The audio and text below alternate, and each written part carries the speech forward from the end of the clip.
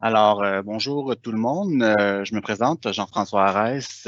Merci d'être présent à ce webinaire sur le nouveau module de suivi COVID-19. Donc, l'objectif de la rencontre, c'est vraiment de vous présenter là, ce qui s'en vient avec ce nouveau module-là. On va vous présenter en gros les, les améliorations. Et bon, je suis en train de me... Donc, c'est ça. Voilà, on va vous présenter les améliorations qu'il va y avoir au niveau de Mosaïque Portail pour ce qui est du suivi COVID-19. Donc, je suis en compagnie de Viviane Brisebois, qui est la propriétaire de produits de ce nouveau produit-là. Donc, essentiellement, aujourd'hui, on vous présente ça. Donc, voilà, on peut avancer la slide. Alors, l'ordre du jour, en gros, c'est, on vous présente le contexte, donc pourquoi on est arrivé là, les besoins qui a été énoncés, les considérations, donc sur quoi on s'est basé pour le nouveau module, c'est quoi la solution proposée qu'on va vous montrer là, avec une démo, avec les préalables également, et il va y avoir suivi une période de questions. Donc, gênez-vous pas de poser vos questions, on va avoir, je vais m'occuper de prendre les questions au fur et à mesure de la rencontre. Donc, le contexte, j'imagine que vous êtes au courant, nous sommes en pandémie et ça a amené plusieurs questionnements de la part du ministère et de la santé publique. Donc, dans un premier temps, ce qui a été demandé par le ministère de l'Éducation, c'est d'avoir un portrait de l'organisation scolaire afin de savoir le nombre de cas COVID qui a été confirmé ainsi que l'établissement. Dans le fond, dans un premier temps, c'était les absences en général. Ça s'est simplifié grandement pour avoir accès seulement aux cas confirmés avec les établissements. Il y avait une demande aussi des directions générales d'avoir un portrait de leur CSS afin de voir comment il y en a dans leur CSS, comment il est confirmé, comment il y en a qui sont en attente de résultats. Donc, tout ça pour aider ça. De plus, quand il y a un cas qui est confirmé aussi, la direction régionale de la santé publique demande rapidement, soit dit en passant, d'avoir les coordonnées des personnes qui auraient pu être en contact avec la personne infectée. Donc, que ce soit les services de garde, que ce soit son groupe de classe ou que ce soit le transport scolaire. Donc, nous, on s'est fait demander ça par la suite. Donc, suite à ce contexte-là, les CSS, certaines CSS nous ont demandé de se pencher sur la question sur la possibilité d'avoir un produit, une solution qui viendrait les aider à ce niveau-là. Donc, essentiellement, comme je le mentionnais, il y a deux besoins qu'on va régler, qu'on veut régler. Le premier besoin, c'est d'avoir un portrait de mes établissements en lien avec la COVID-19. Donc, ça, c'est la direction d'établissement. La direction générale, elle veut avoir cette information-là pour ensuite l'envoyer quotidiennement au ministère pour dire aujourd'hui, j'ai tant de nouveaux cas, de tant de nouveaux centres ou d'écoles. Donc, quotidiennement, on veut ça. Et dans un deuxième temps, mais d'avoir une liste. Donc, d'avoir une liste de dire, OK, j'ai tel cas qui est confirmé. J'aimerais savoir tous les contacts possibles que l'élève aurait pu avoir ou l'enseignant avec, avec la personne infectée. Donc, cette liste-là doit être, comme je disais, communiquée rapidement à la Direction régionale de la santé publique une fois que la confirmation est reçue afin qu'ils puissent faire leur enquête, mais aussi pour la direction d'établissement qui voudrait peut-être fermer une classe. Donc, d'avoir l'information rapidement pour communiquer avec les personnes, les personnes dans la classe. Donc, le problème à résoudre, les besoins, essentiellement, vous êtes capable déjà de répondre à ces besoins-là. C'est ardu. Faut avoir accès à l'application. Donc, ça, c'est assez ardu. Donc, nous, ce qu'on voulait faire, c'est de vous aider dans ce processus pour que vous puissiez les transmettre rapidement là, au ministère, à la fois au ministère et à la santé publique. Les considérations, en fait, on a eu plusieurs. La première considération, c'est évidemment le niveau d'urgence. Donc, ça va tellement vite qu'on fallait penser rapidement à une solution. On s'est aussi basé sur la collecte d'informations du ministère qui s'est grandement simplifiée. Comme je disais, anciennement, il y a peut-être un mois, c'était les absences. On voulait avoir vraiment un portrait des absences des élèves, tous ceux qui avaient un symptôme, tous ceux qui étaient pas là à cause de la COVID-19, tous ceux qui étaient en retrait préventif, tous ceux qui n'avaient pas rapport avec la COVID-19. C'était très lourd pour les directions d'école, puis ça s'est simplifié grandement. On se base aussi sur les confirmations qui se font 7 jours sur 7. Donc, la direction peut appeler le CSS un dimanche soir pour leur dire ben, tel enfant, tel élève a la COVID-19. Donc, il faut se revirer de bord pour dire OK, qu'est-ce qu'on fait pour demain? Donc, il fallait avoir une solution entre l'infonuagique pour avoir accès rapidement. De plus, on a écarté une solution qui était d'aller lire directement les absences, donc d'uniformiser les absences, mais après avoir consulté certains CSS, les motifs d'absence ne sont pas uniformes dans tous les CSS, même si on pouvait envoyer quelque chose pour uniformiser ces absences-là, ou les motifs d'absence, on ne pourrait pas être certain que les données qui étaient présentes soient représentatives. Donc, on a un peu écarté la notion des absences, mais aussi parce que la saisie informatique des absences n'est pas uniforme. Puis elles peuvent être saisies en différé. Donc, c'est pas nécessairement à la journée qu'on saisit les absences, ou ça peut être dans un délai. Donc, ça nous a permis d'écarter une solution là, à ce niveau-là. Donc, pour ce qui est de la solution proposée, je vais laisser ma collègue Viviane Brisebois qui va vous présenter, dans le fond, la solution, les préalables et un démo. Voilà. Alors, bonjour. La solution proposée, c'est d'utiliser Mosaic Portail. Donc, on a intégré le nouveau module pour le suivi de la COVID-19 en tant qu'espace de travail. Donc, pour ce faire,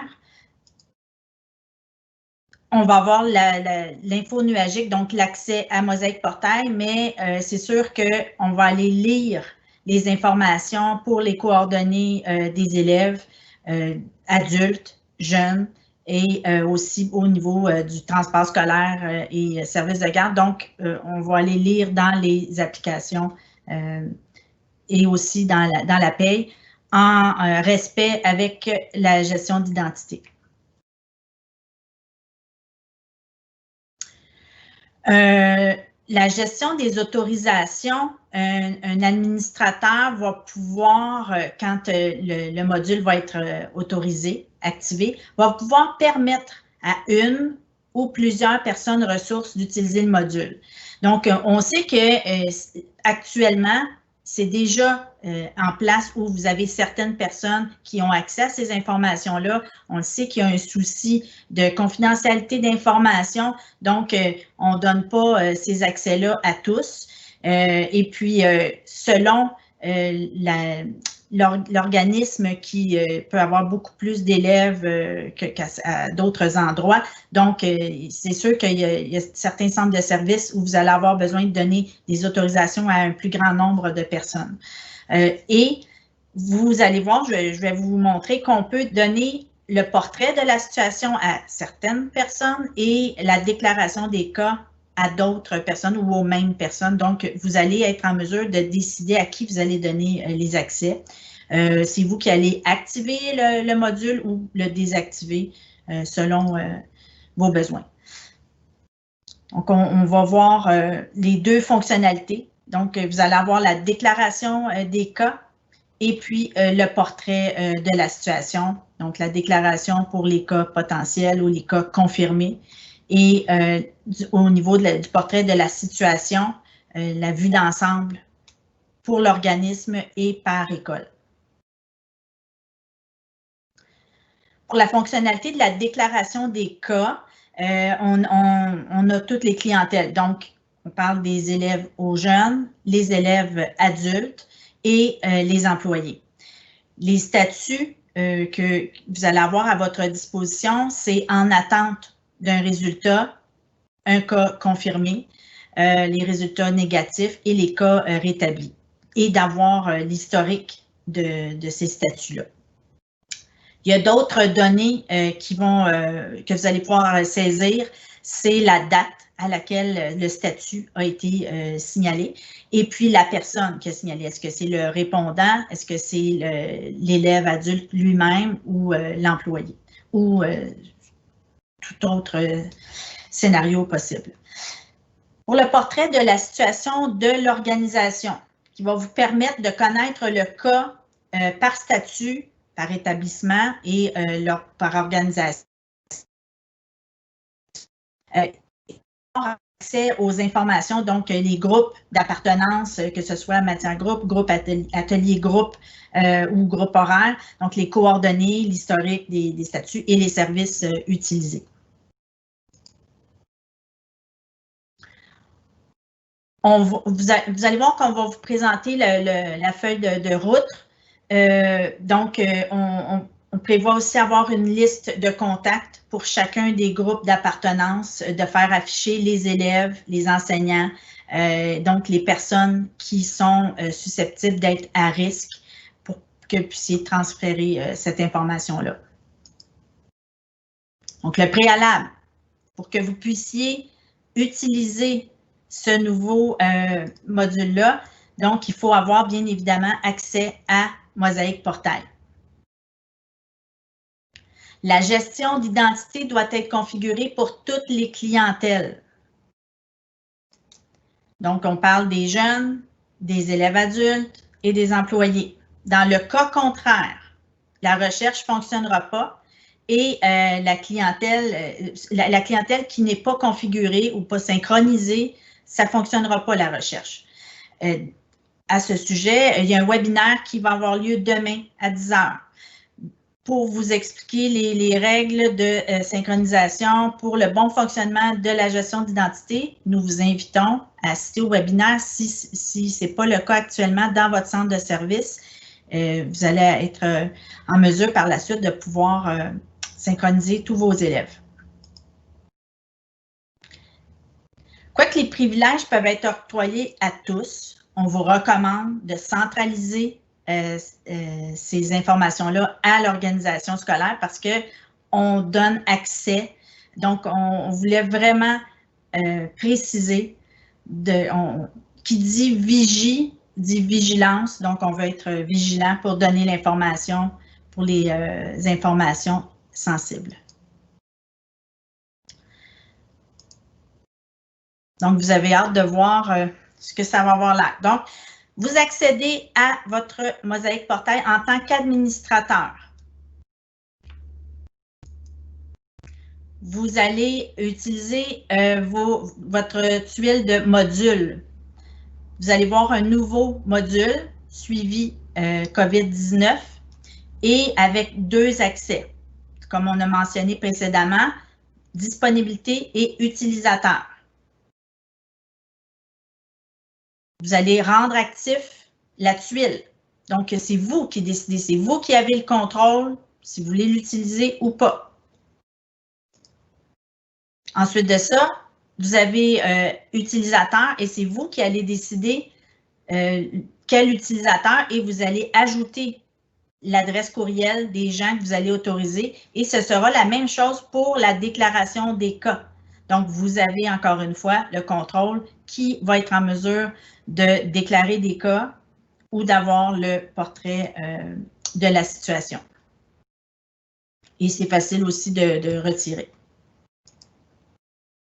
Ce qui va vous amener, quand vous allez devoir vous déconnecter et vous reconnecter à Mosaic Portail, vous allez avoir une nouvelle tuile pour le suivi du COVID-19.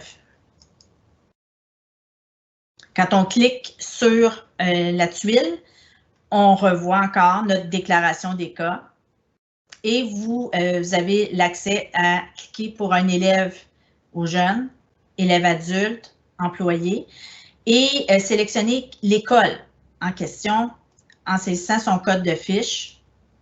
Vous allez avoir accès à l'élève et une déclaration de nouveau statut. Donc, les statuts, on les retrouve en attente d'un résultat négatif, confirmé, rétabli. Lorsque vous allez cliquer sur la petite flèche qui pointe vers le bas, vous allez pouvoir voir le profil de cet élève-là, son adresse courriel, son numéro de fiche, l'école, son niveau et ses groupes. Du côté de l'historique, une fois qu'il y a eu, un statut déclaré, on voit apparaître pour pouvoir voir l'historique. Et on a testé plusieurs scénarios, là, donc vous pouvez voir qu'il y a 2 fois le cas confirmé, mais c'est parce qu'on a fait évidemment des tests. Puis on a même testé d'insérer des dates ultérieures pour voir si ça s'affichait dans le bon ordre chronologique. Donc, ça a été vraiment testé.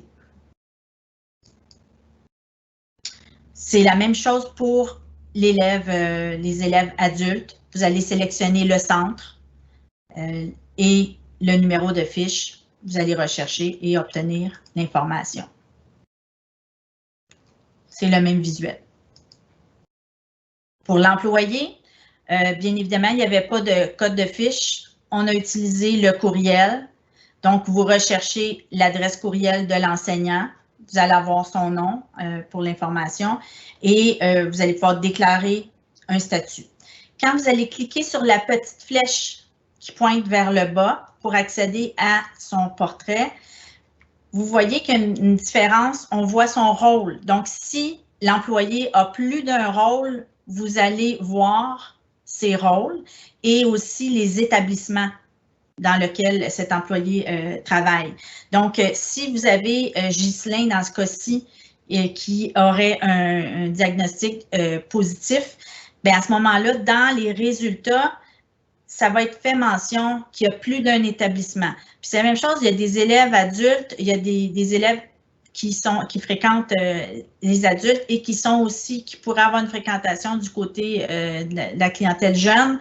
On a aussi pensé à ce scénario-là. On exclut la personne qui parle, c'est vraiment le travail des gens du côté du développement. Le portrait de la situation. Donc, vous voyez, il y a un petit bonhomme de construction. C'est pour vous mentionner que c'est toujours en travail à l'heure où on se parle, mais tel que mentionné, il y a une équipe qui travaille très, très fort pour développer rapidement ce module et donc, il est encore en progression.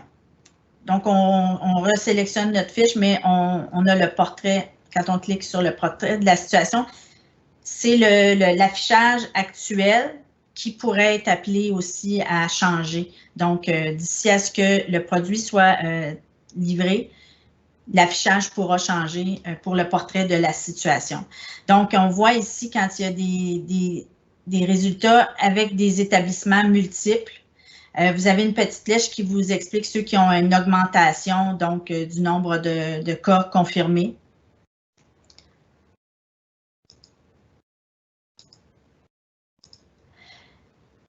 Donc, je résume, on a accès à Mosaïque Portail, on s'assure d'avoir la gestion d'identité. Si jamais vous faites une recherche et que ne vous voyez pas le portrait de la personne, ça signifie que la gestion d'identité, cet élève-là ou cet enseignant-là a besoin d'être synchronisé. Je vous rappelle aussi qu'il y a le webinaire de demain. Et puis, on va aller lire les informations pour pouvoir produire un rapport. Si c'est un exemple seulement, parce que c'est toujours en travail, donc est-ce que ce sera un Excel? Pour ça qu'on vous a mis que c'est un exemple seulement. Au niveau de la feuille de route prévue, pour la déclaration des cas potentiels et confirmés et le portrait de la situation, c'est début novembre. Donc, de vous rendre disponible pour début novembre. Pour l'accès à la liste de coordonnées pour les personnes qui ont été en contact avec une personne qui a eu une déclaration de cas positif, on vise novembre-décembre, mais on n'a pas de date précise. Ce qui nous amène à la période de questions, mais on a anticipé des questions. Est-ce que le module va lire les absences dans les produits?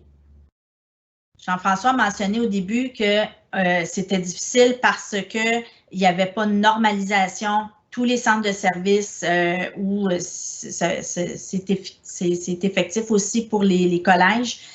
Donc, les cas potentiels et confirmés À ce moment-là, on ne pouvait pas être certain à 100% que tout le monde utilise la gestion des absences, puis que tout le monde utilise les mêmes codes. Donc, c'est pour ça que vous avez l'outil. Est-ce que les clients ont accès à la base de données de COVID-19? Dans un premier temps, on n'a pas donné cet accès-là. Vous comprendrez que ça a été développé très rapidement. Donc, on y va avec ce qui est le plus urgent. Est-ce que le module de suivi envoie automatiquement les informations au ministère ou à la direction régionale de la santé publique? Non. On vous donne le module pour effectuer votre suivi et retrouver les informations rapidement. Mais je vous rappelle qu'on a prévu la phase 2 où on aura la liste que vous pourrez transmettre. Quelles informations seront accessibles sur la liste des contacts possibles?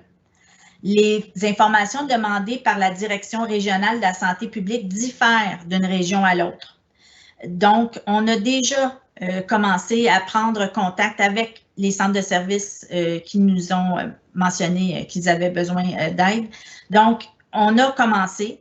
C'est sûr que si jamais vous voulez être certain qu'on a pensé à toutes les données requises, n'hésitez pas à nous contacter pour qu'on puisse être certain d'avoir toute la vue d'ensemble des données requises, mais on a quand même une bonne idée jusqu'à présent là, des contacts téléphone, courriel, des groupes, du transport scolaire, donc toutes les informations, la langue parlée à la maison dans certains centres de services. Donc, on a quand même une bonne idée. C'est sûr que vous allez pouvoir tout de même modifier la liste si jamais vous avez besoin d'ajouter une information qui serait particulière à votre centre de service. Si la configuration de la gestion d'identité n'est pas effectuée pour notre clientèle, quel est l'impact? La recherche ne sera pas fonctionnelle pour la clientèle en question. Donc, il n'y a aucun résultat qui va s'afficher dans ces cas précis-là. Alors, Jean-François, est-ce que nous avons des questions? Oui, on a plusieurs questions. J'ai tenté de... J'ai tenté de répondre le plus possible. Là. Dans les publications, vous allez voir que j'ai répondu. Mais il y en a que je vais te laisser répondre. Viviane, la première question de Ronnie. Bonjour, la moitié des écoles de la CSSMB utilisent encore GP Internet. Comment va-t-on faire pour elle?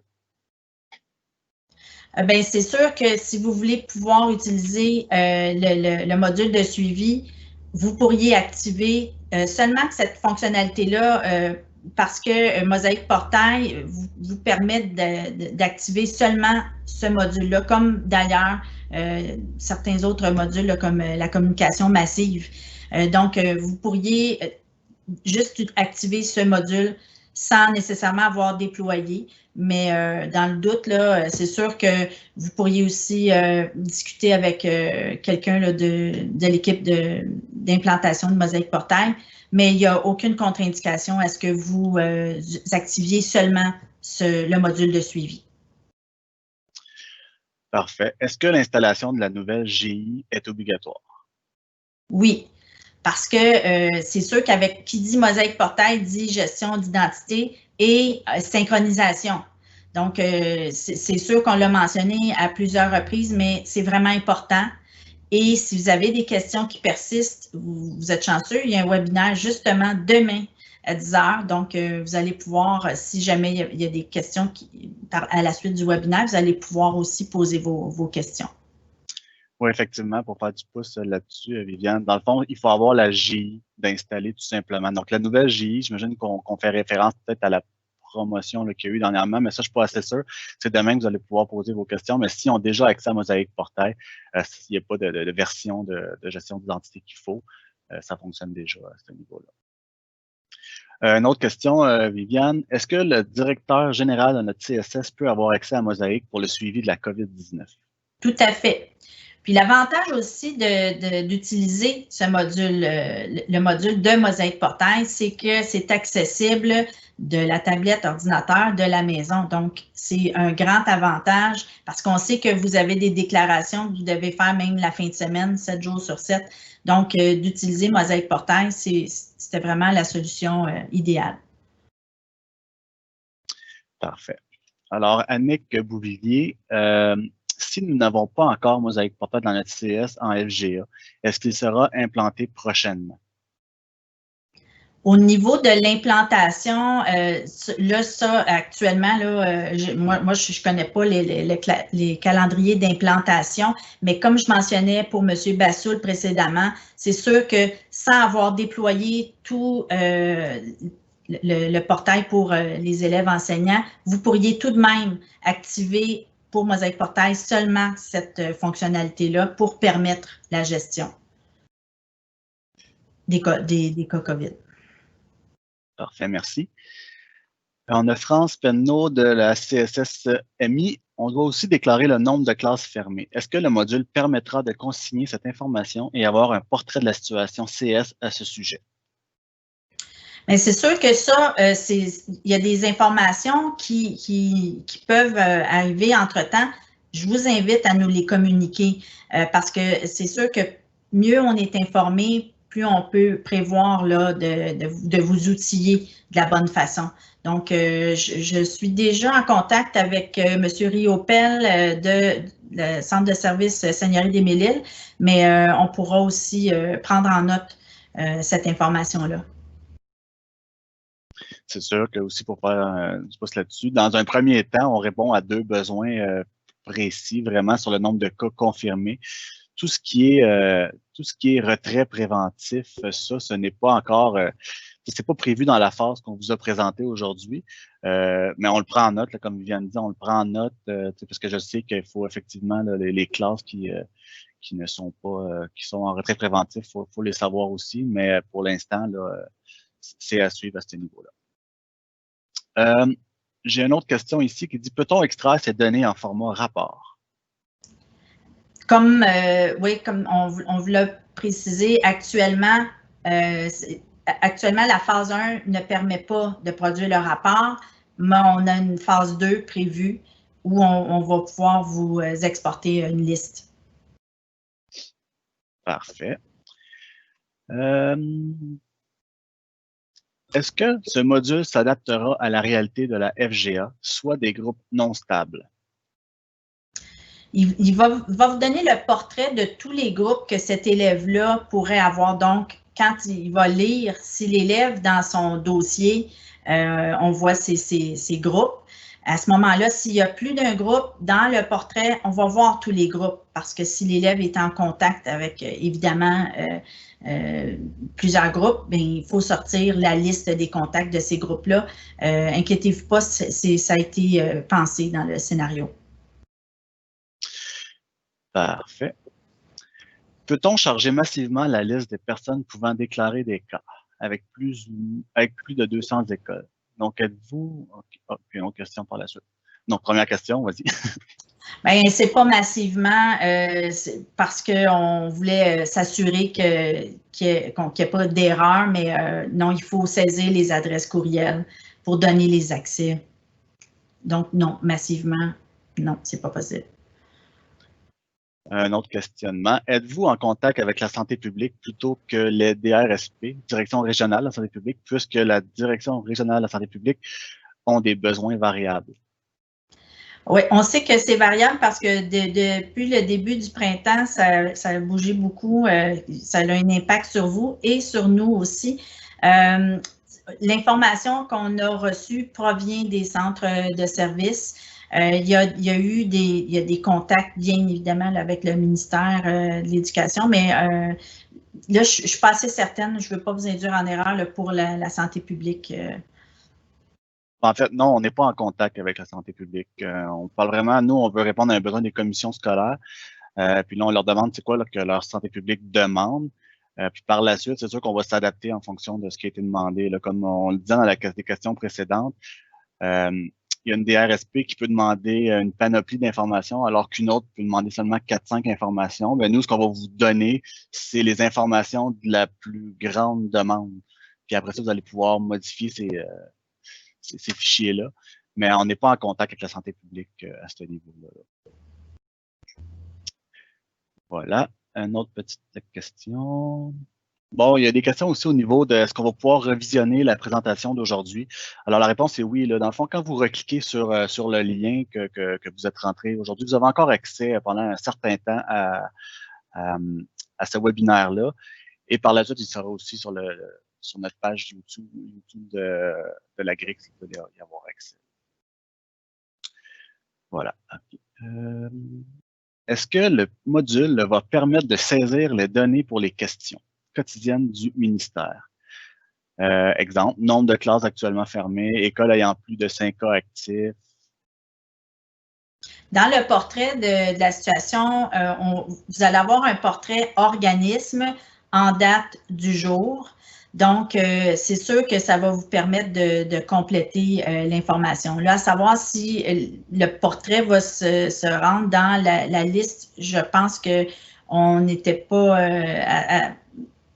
rendu à ce niveau-là, mais c'est sûr que vous allez pouvoir compléter dans le formulaire parce que dans le portrait, vous allez savoir là, dans l'organisme et par école centre. On a une autre question ici de Kassem Azouni. Les statuts d'absentéisme que vous avez mentionnés seront intégrés dans PGRH et GPI? Non, on ne parle pas de statut d'absence. Ça, c'est vraiment des statuts de déclaration. C'est sûr que si vous voulez rendre ça conforme, c'est sûr que vous pouvez ajouter ces statuts-là dans les motifs d'absence, par exemple, de GPI ou de Jade Tosca. Mais c'est sûr que ce n'est pas des motifs d'absence. On parle vraiment des motifs de suivi, des statuts de suivi pour la gestion de vos cas COVID. Parfait. Donc, on continue. On a aussi, en ce moment, le rôle directeur de service n'a pas accès à Mosaïque Portail. Vous allez pouvoir lui donner accès. Donc, en ajoutant son adresse courriel, à ce moment-là, quand il va avoir son accès, il va accéder à Mosaïque Portail et faire sa connexion, il va voir la tuile. Il va voir seulement que la tuile du suivi de COVID. Il ne verra pas l'environnement administrateur ou d'autres tuiles. Il va voir juste cette tuile-là et va pouvoir aller faire le suivi ou de voir le portrait. Est-ce possible d'avoir les réponses aux questions qui ont été affichées dans la zone en vedette car vous avez sauté? Ah, ben c'est ça, OK. Bon, en fait, j'ai publié, là, quand il a répondu en ligne, les questions, j'ai mis en vedette. Dans le fond, vous aimeriez que je réponde aux questions en même temps, là, écrit. Mais on pourra prévoir extraire, excuse-moi Jean-François, on pourra prévoir extraire puis publier un billet sur la zone client avec les questions et réponses pour que puissiez vous y référer. Excellent, bon point. Donc, peut-on avoir des API pour créer des tableaux de bord concernant ce sujet? C'est une excellente question qu'il faudrait valider. En fait, dans un premier temps, là, comme on mentionnait, on n'aura pas accès à ces informations-là. Dans un deuxième temps, on va l'analyser, mais ce qui a été présenté aujourd'hui, non, il n'y aura pas d'API, mais on regarde là, la possibilité d'avoir ça. Voilà. Il faut toujours comprendre votre besoin. Puis ensuite de ça, c'est plus facile d'analyser. Ouais. Parfait. Donc, le module sera disponible à partir de quelle date? Donc, je mentionnais que c'était voir la feuille de route. Et là, elle me répond, j'en comprends que ce sera début novembre. Donc, juste clarifier en fait que début novembre, c'est seulement la phase 1. Début novembre, c'est la phase 1 et on parlait de novembre-décembre pour la phase 2 de la liste. Parce que je tiens à souligner le travail là, des gens qui développent l'outil. Ils travaillent fort, puis ils ont tassé d'autres choses qu'il y avait sur le plan de travail pour pouvoir travailler en urgence. C'est une situation extraordinaire qui demande un traitement d'urgence. Donc, je peux vous assurer qu'ils travaillent fort. Parfait. Si nous n'utilisons pas les horaires en formation professionnelle, pouvons-nous quand même utiliser le module? Si vous n'utilisez pas les horaires, moi, je ne vois pas de contre-indication à ce que vous puissiez utiliser les modules parce qu'on parle du dossier élève. Faut s'assurer quand même que ces élèves soient là, soient synchronisés avec la gestion d'identité. Mais sans rapport avec les horaires, mais là, je me questionne au sujet des groupes. Faudrait juste valider cette information-là. On pourra valider, on a votre question quand on va publier. Donc, je vous invite à consulter quand on aura publié la liste des questions et réponses. On va valider l'information entre-temps. Est-il possible d'ajouter d'autres méthodes de recherche que le numéro de fiche pour l'élève et que l'adresse courriel pour l'enseignant?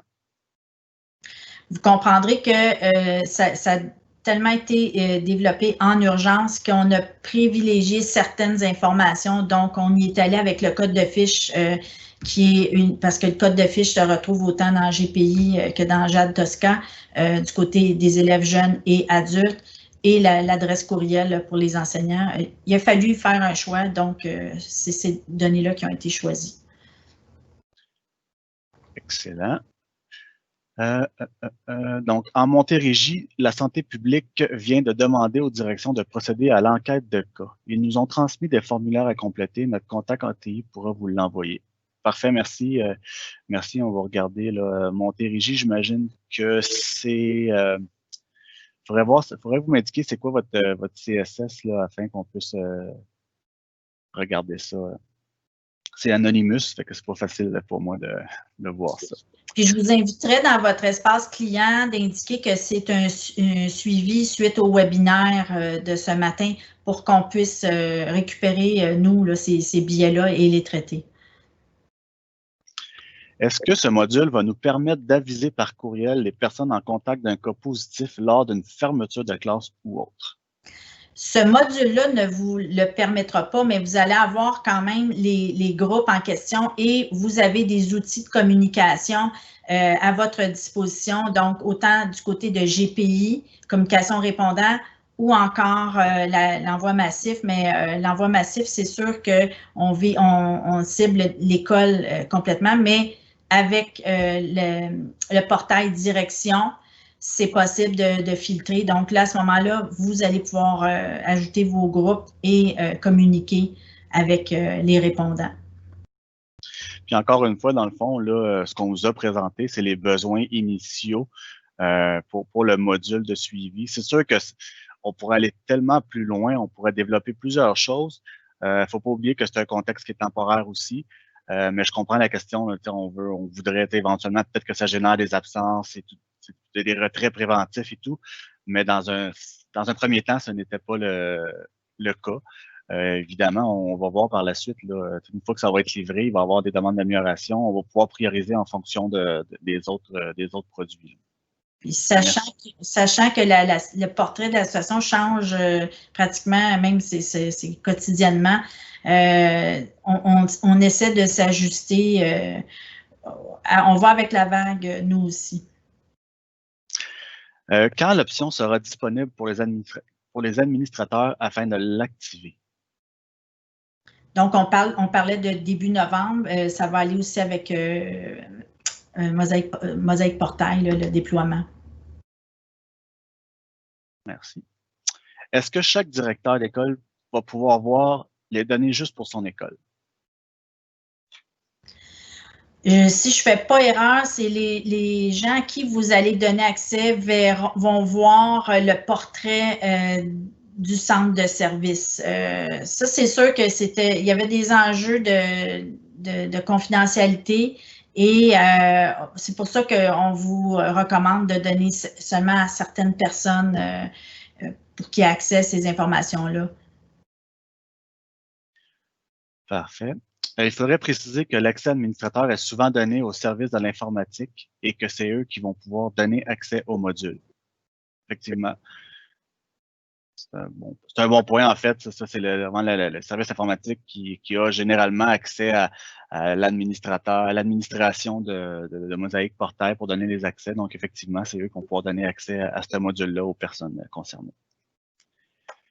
On a ici, est-ce que le PowerPoint sera disponible?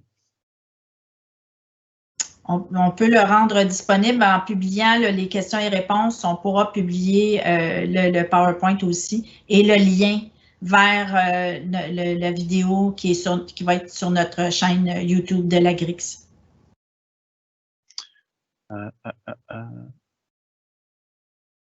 Pour revenir là, à la question de quand ce sera disponible le module, je comprends qu'il y a plusieurs phases, mais à partir de quand je vais avoir accès au module COVID dans mon espace Mosaic Portail? C'est ça, en fait. C'est vraiment, je vais essayer de répondre davantage. C'est en novembre, dans le fond, la phase 1 va être disponible pour la déclaration et la liste des... pas la liste, mais la déclaration et le portrait de la situation. À ce moment-là, en novembre, vous allez avoir accès au module COVID en tant qu'administratrice. Donc, vous allez pouvoir donner accès aux personnes qui vont y avoir accès éventuellement. Donc, c'est à partir de ce moment-là, en novembre, qu'on va pouvoir activer le module et que vous allez y avoir accès. Pour la phase 1.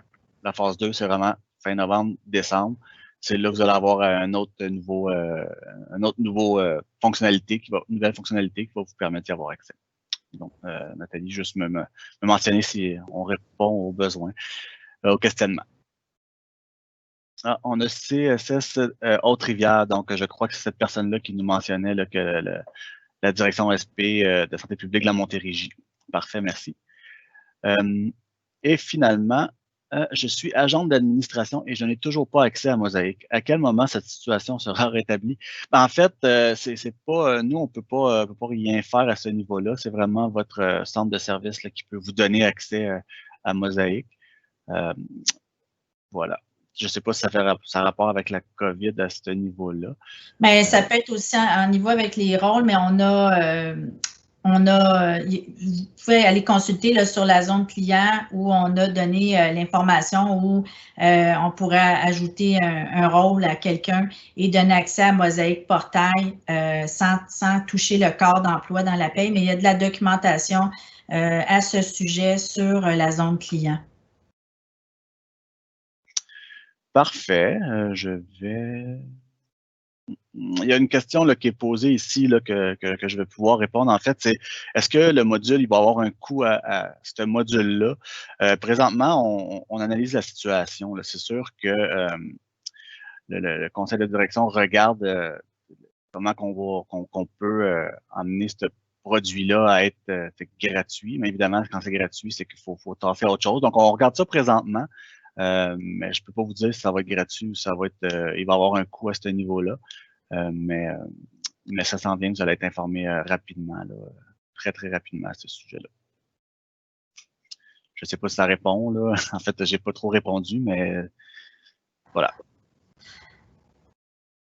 Sinon, il ne semble pas avoir d'autres questions. Une autre question sur les frais. On peut attendre un peu, mais c'est ça. Donc, essentiellement, là, on espère que ça répond vraiment aux besoins. On a consulté certains centres de services là, pour s'assurer que le produit réponde bien dans un premier temps aux deux besoins. Je comprends effectivement qu'on voudrait l'améliorer puis qu'on voudrait qu'il soit vraiment extraordinaire, mais il faut savoir, comme je disais, là, que c'est une situation, c'est le délai d'urgence. C'est souvent ça là, qui nous permet de dire qu'on répond à deux besoins seulement, c'est à cause de l'urgence. Aujourd'hui, hier, c'était quelque chose, demain, ça va être autre chose. Donc, on veut vraiment essayer de pas faire du jetable qui ne servira pas finalement là, à long terme. Voilà, donc ça semble complet du côté des questions. Viviane, il ne semble pas avoir d'autres questions. Si j'ai pas répondu je pense que j'ai répondu à toutes les questions. On vous remercie de votre participation. On va publier sur la zone client dès qu'on aura les réponses à toutes les questions et le lien également avec la copie du PowerPoint. Si jamais vous avez d'autres questions, n'hésitez pas à créer un billet sur l'espace client ou nous transmettre l'information aussi de ce qui vous est demandé par la Direction régionale de la santé publique, si par région, il y a des informations différentes. C'est sûr que plus rapidement on a l'information, mieux c'est pour les gens qui développent le produit. Donc, merci beaucoup. J'ai une autre question. Oui. Est-ce que Mosaic ira chercher les présences dans Tosca? Non, comme il n'ira pas chercher les présences dans GPI, il n'ira pas non plus chercher les présences dans Tosca. C'est vraiment le lien est vers le dossier de l'élève, donc pour ses contacts, pour les informations au niveau de ses groupes, mais pas pour les absences parce qu'on n'était pas certain de l'uniformité pour l'ensemble des centres de services et des organismes privés. Parfait. Oh. En fait, c'est un complément d'information que ce ne sont pas tous les élèves à l'horaire qui se présentent systématiquement en FGA. Les élèves à l'horaire. Ben, effectivement, c'était pour ça aussi que on n'est pas allé avec les absences. Dans le fond, ce qu'on voulait vraiment, c'est d'avoir un suivi de COVID-19 à part que dans les produits en lien avec les absences, justement pour ça, là, parce que s'ils ne se présentent pas systématiquement, c'est à cause de la COVID, c'est pas à cause de la COVID, donc voilà. Puis ça va vous permettre aussi, si cet élève-là ne s'est pas présenté, s'il est déclaré positif, mais qu'il est chez lui puis qu'il n'a pas été en contact avec le groupe, de ne pas fermer ce groupe-là inutilement. Donc voilà. Donc, un gros merci à tous pour votre participation et si jamais vous avez d'autres questions, là, comme Viviane disait, n'hésitez pas à compléter un billet, on pourra vous répondre le plus rapidement possible. On vous souhaite une bonne journée. Merci.